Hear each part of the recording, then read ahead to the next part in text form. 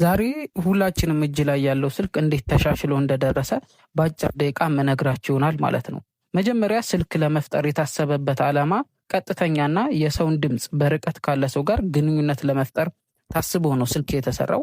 ግን ስልክ ከመሰራቱ በፊትም ቢሆን የሰው ልጅ በቴሌግራፍ አማካኝነት ይገናኝ ነበር ማለት ነው። ቴሌግራፍ ያው እንደምታወቀው ጽሁፍ ማስተላለፊያ ነው፣ ድምፅ አያስተላልፍም እና እነዛ የሚተላለፉትም ጽሁፎች ቢሆኑ በነጥብና በመስመር የተሰመሩ ናቸውና የሞርስ ኮድ ይባላሉ። እነዚህን የሞርስ ኮዶች ደግሞ ወደ ትክክለኛ ሰው ወደሚረዳው ጽሁፍ ለመቀየር ደግሞ ባለሙያዎች ያስፈልጉ ነበር፣ ይህንን የሚተረጉሙ ማለት ነው።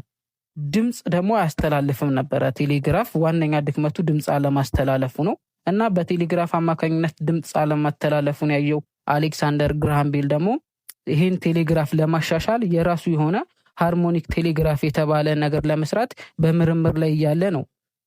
አሁን ሁላችንም የምንጠቀምበትን የስልክ አይነት ለማግኘት የቻለው ማለት ነው። ይህንንም በዚህ ምርምር ላይ ያለ ነው። የሰው ልጅን ድምፅ ተሸክሞ በኤሌክትሪክ ከረንት አማካኝነት በገመድ ውስጥ አልፎ ሰዎች መጨረሻ ላይ የሚይዙት ስልክ ላይ ወደ ኖርማል ድምፅ መቀየር እንደሚቻል የተረዳው ማለት ነው። አሌክሳንደር ግራሃም ቤል ሚስቱና ባለቤቱ መስማት የተሳናቸው ነበሩ።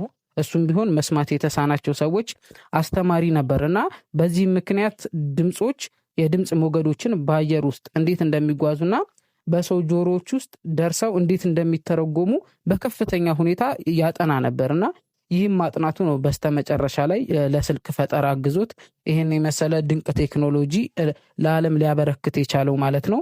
ሁሉም ቴክኖሎጂዎች ከኋላቸው የተፈጠሩበት የሆነ ትልቅ ዓላማ አላቸውና እነዛን ዓላማዎች ደግሞ በተለያዩ ፕሮግራሞች እኔ ለእናንተ አቀርባለሁ። ለአካውንታችን አዲስ የሆናችሁ ሰዎች ላይክ፣ ሼር፣ ፎሎ ማድረጋችሁን አትርሱ።